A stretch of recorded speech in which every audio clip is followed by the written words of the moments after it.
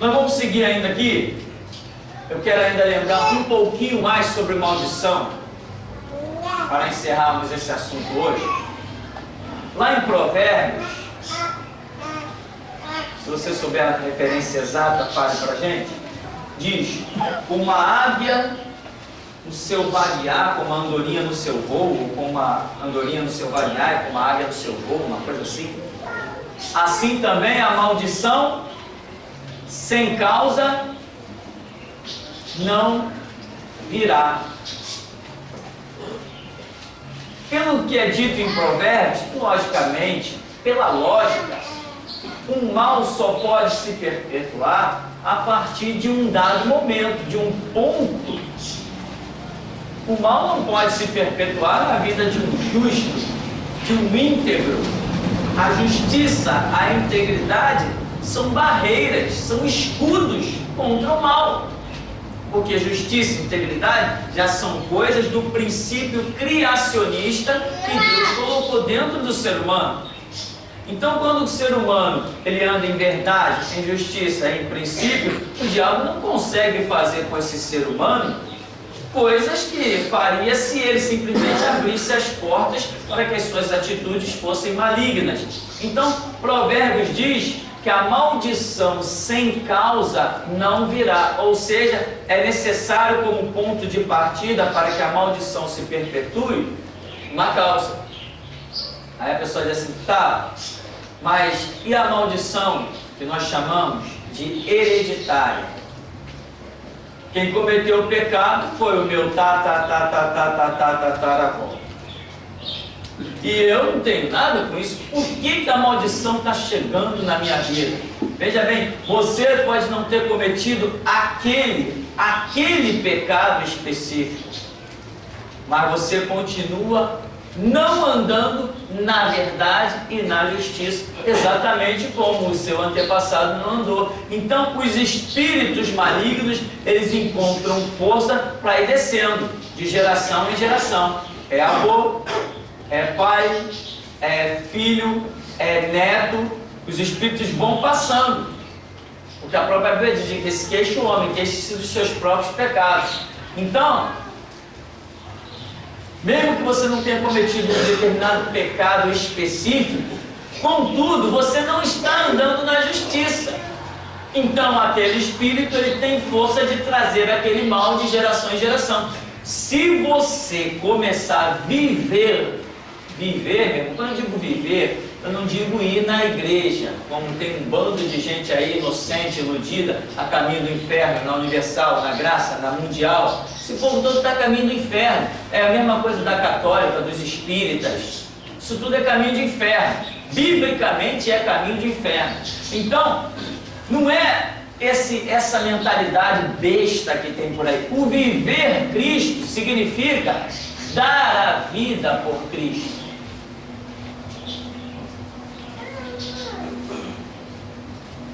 Dar a vida por Cristo é um conceito muito mais profundo e revolucionário. É o que realmente move a igreja, são pessoas que estão dispostas a derramar o seu sangue pela causa do Evangelho. Isto que é a igreja, o resto é lixo, o resto é besteira, é passeio, é retiro de carnaval, o resto é bobeira. Revolução, derramando o próprio sangue, isto é o que sustenta a causa do Evangelho. Quando pessoas não se curvam a nada a não ser a Bíblia. Não interessa a lei que Estado, que país faça. Vai botar para o paredão. Pode botar o paredão, mas a minha bandeira é Bíblia, acabou a história. Vai morrer, vou morrer com a Bíblia. Isto é o que faz uma vida. E esse tipo de vida é que faz a quebra da maldição. Enquanto a pessoa está vivendo uma vida superficial, os demônios têm força, meu irmão. O diabo não investe em algo que ele não acredita que possa vencer. Satanás é um ser inteligentíssimo, que é uma prova da inteligência dele. Olha para o mundo que ele dominou. Onde ele dominou? Ele colocou delegados a serviço dele, ele coloca deputados a serviço dele, ele coloca nos cartórios quem manda é o agente dele. Em Brasília, quem está lá é tudo povo dele. Os presidentes, governadores, prefeitos, é tudo gente do diabo. Ele é ele quer dominar o mundo, ele quer administrar, ele tem inteligência para isso. Os demônios são organizados igual um quartel militar, uma organização impecável. Então, ele investe naquilo que ele acredita que pode vencer, como investiu contra Jesus, pegando pesado: olha, os reinos do mundo, a glória deles. Tu não é um filho de Deus, está escrito assim, então faz, está escrito. Ele investiu pesado, ele investiu com inteligência, ele investiu, vamos dizer, com sabedoria, acreditando que aquele caminho lhe poderia dar a vitória. Então, quando ele vem com uma maldição que ele quer passar de geração em geração, se a pessoa estiver vivendo uma vida superficial, meu irmão, quem vai sair vencendo nisso aqui é o diabo. Uma maldição, imagina uma maldição como uma corrente de ferro bem grossa. Vai, quebra ela. Isso é uma maldição. É algo que foi gerado num dado momento, num mundo espiritual. Não é algo que você pode, não é uma corrente que você pode quebrar com uma serra, uma marreta. Não é algo assim. É algo que a sua vida, o seu conceito espiritual, as suas ideologias precisam ser completamente revolucionadas, para que a maldição vá perdendo a força, até que chegue um momento que você possa dizer: sou livre. Aquilo já não passa mais no seu pensamento, né? Já não sente, quando aquilo vem na sua mente, você já não sente mais nenhuma acusação, porque você cresceu e entendeu que o sangue de Jesus Cristo te purifica de todo pecado. Lembra que Daniel, quando está orando lá no cativeiro, ele diz o quê? E eu comecei a buscar o Senhor com rogos, jejum e pano de saco, e a confessar os pecados de quem? Do meu povo Israel. E disse: ah, Senhor, nós e nossos pais pecamos. Por que Daniel está querendo, fazendo menção do passado, dos pecados dos seus antepassados? Alguma coisa tinha na cabeça dele. Ele entendia que Deus visitaria a maldade dos pais e dos filhos até terceira e quarta geração, e ele está incluído entre os pecadores. Ele está no meio desses que são alvos da ira de Deus, mas ele tem uma vida com Deus, e a Bíblia diz que ele orava 3 vezes ao dia, e a Bíblia diz que ele, na cova dos leões, apostou a vida nos conceitos de Deus. Isto é uma vida que bloqueia a maldição, que diz para ela: acabou você, daqui para frente não vai mais, você parou aqui em mim, daqui para trás, porque para frente eu não te deixo mais ir, porque nós temos poder sobre o reino de Satanás. Mas não é um poder porque eu botei a Bíblia debaixo do braço e fui para a igreja. Não é isso, não é isso, não é brincar de igreja, é viver Cristo Jesus. Porque por aí não se vive mais. Por aí agora, venha buscar o sal ungido, venha buscar um envelope ungido, a água benta, a água ungida. Agora tem água benta no Império Romano e tem água benta aí na Universal, na Mundial, na Graça.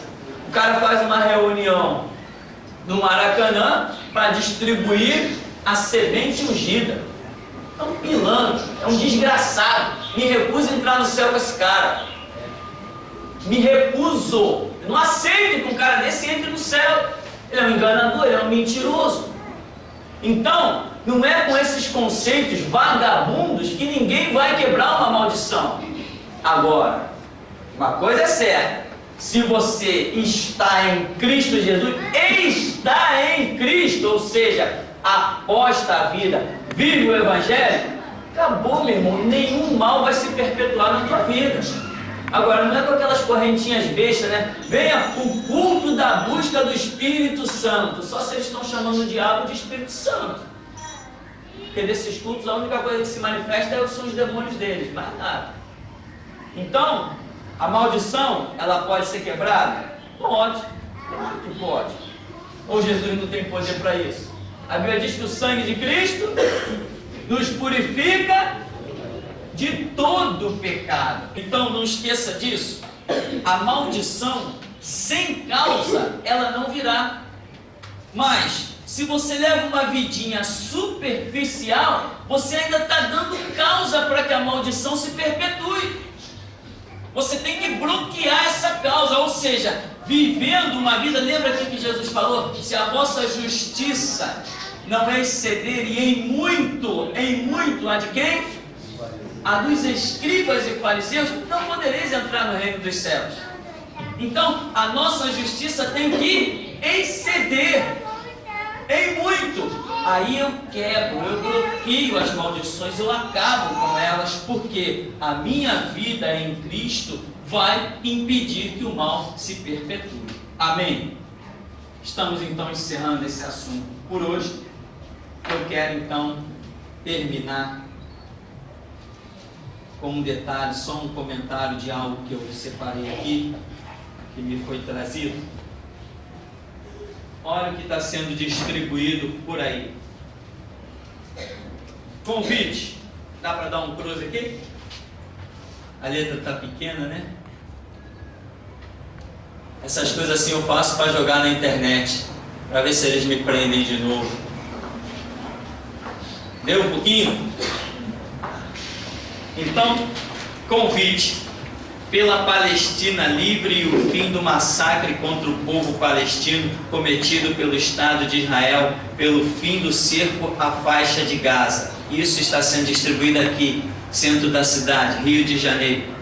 Comitê de Solidariedade ao Povo Palestino convoca a população do Rio de Janeiro para se manifestar com repúdio diante do brutal e terrorista ataque promovido pelo governo de Israel contra a flotilha internacional de solidariedade ao povo palestino. O ataque de Israel chocou o mundo pela brutalidade e covardia, com o assassinato de dezenas de pacifistas de diversas nacionalidades que se solidarizaram contra o bloqueio a Gaza. Assim, convocamos o conjunto da sociedade para manifestar sua indignação no ato público na Cinelândia no dia 8 de junho de 2010, terça-feira. Aqui diz: pela libertação de todos os territórios árabes ocupados por Israel, pelo fim do bloqueio de Israel à faixa de Gaza, pela condenação por parte da comunidade internacional pelos crimes de guerra de Israel, pela criação do Estado palestino já. Comitê de Solidariedade ao povo palestino.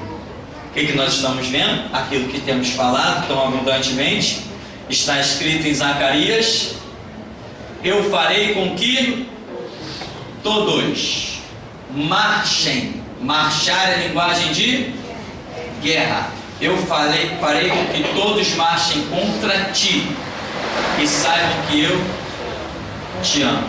Está marcado um período, é esse período, esse século que nós estamos vivendo, está marcado o momento em que todas as nações se levantarão contra Israel.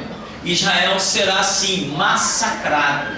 Ele será massacrado. Mas no final desse massacre, Israel vai clamar por um Messias que nós, geração Jesus Cristo, nós, restauração, o estamos anunciando, que se chama Jesus, o Messias, Yoshua HaMashiach. Esse Messias que nós estamos já anunciando a Israel através do site Ouve, ó Israel, que já está sendo abundantemente acessado por eles.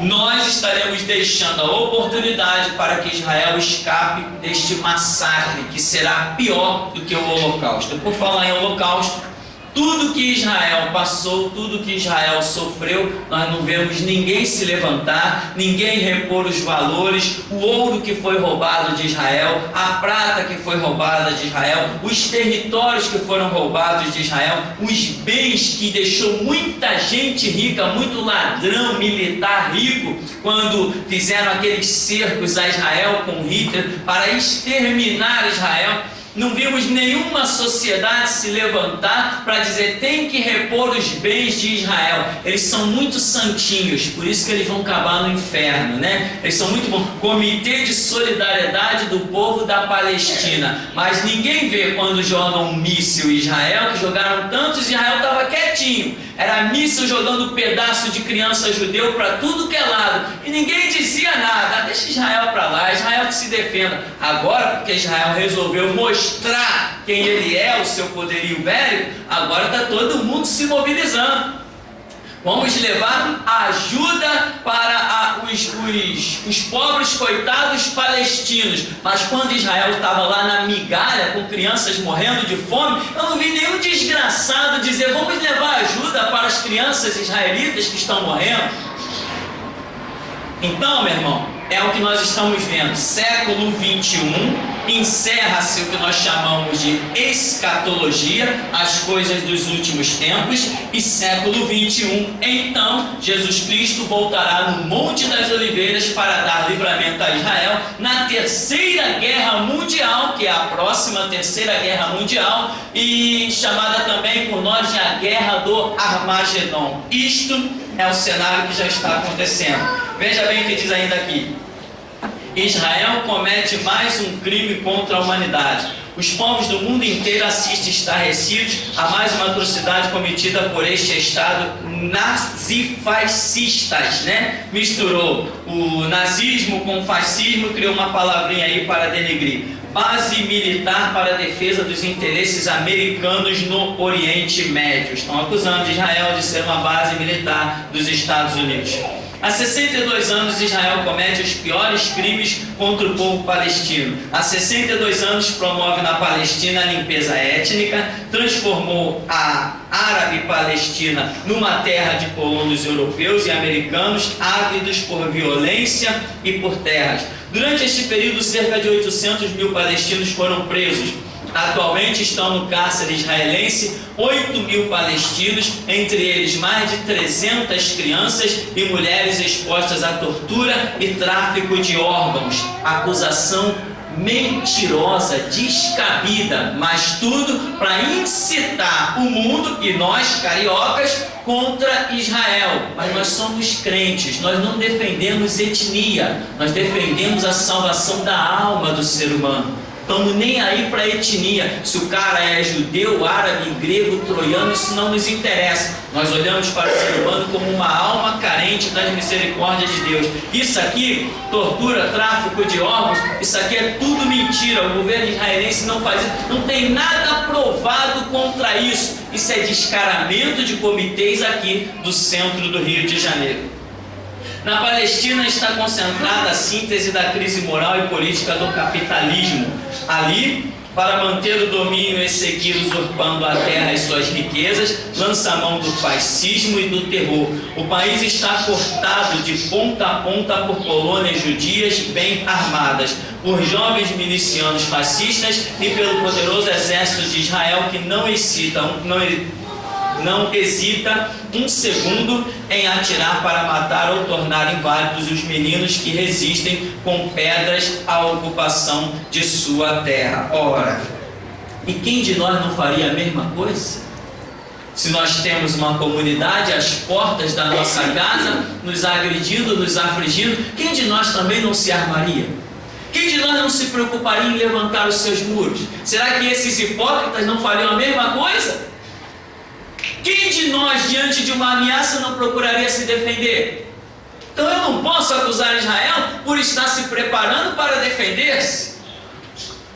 Livrar a Palestina da ocupação fascista não é mais uma tarefa dos palestinos. Essa causa é de toda a humanidade, é de todos nós. Sigamos o exemplo dos ativistas da flotilha turca. Vamos lutar juntos para que os palestinos voltem para a sua terra, de onde foram barbaramente expulsos. Nós sabemos que aquelas terras nunca pertenceram a palestino nenhum. Nós conhecemos muito bem a história de Israel, quando eles foram expulsos de lá, da terra que era deles, da terra que eles possuíram desde o Antigo Testamento, foram espalhados pelo mundo todo, e somente em 1948, 14 de maio, foi que eles retornaram para lá, encontrando na sua terra um povo que tinha sido levado por outras nações que os haviam espalhado. Essa é a guerra que eles têm um problema sério para resolver. Agora, que aquele território pertence a árabes e a palestinos, é mais uma mentira deste folheto aqui, do tal do Comitê da Solidariedade, a luta do povo palestino do Rio de Janeiro. Ainda colocam o nome do Estado como se todo carioca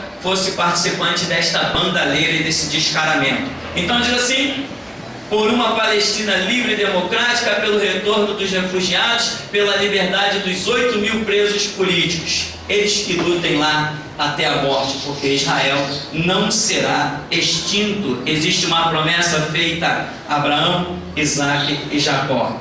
Esse jornal é distribuído no mesmo lugar? Olha o que eu tenho aqui, dá um close aqui no careca. Deu para ver? Aqui está a produção nas terras da Revolução Agrária. Eu ainda vou fazer um vídeo mais detalhado sobre isso, mas eu só quero que você leia aqui, ó, embaixo. Olha só, 140 anos do grande Lenin, o dirigente da revolução que abriu as portas da história para uma nova era. 140 anos do grande Lenin. Quem foi? Lenin, Hitler, Stalin e Marx. Quem foram esses? Esses caras foram assassinos frios e sanguinários. Foram estupradores, esquartejadores. Fizeram experiências com seres humanos vivos. Foram estupradores. Você vai dizer, ah, mas ele estuprou alguém? Quando Davi mandou matar Urias, quem matou? Quando Davi armou aquilo e mandou Urias para frente de batalha, quem matou Urias foram os filisteus. Mas o profeta disse, Davi, tu mataste Urias pela espada dos filisteus. Então esse aqui, aqueles soldados deles que estupraram muitos judeus, por sinal, aqueles que estupraram, mataram, esquartejaram, fizeram porque esse cara proporcionou tudo. Então ele é um estuprador, ele é um pedófilo, ele é um homicida, ele é um ladrão das riquezas dos outros, ele é um invasor de terras. A humanidade tem a memória muito curta e não estuda. Também o povo é escravizado, tem que trabalhar 8, 12 horas por dia, não tem tempo de ler um livro, não tem tempo de fazer uma pesquisa.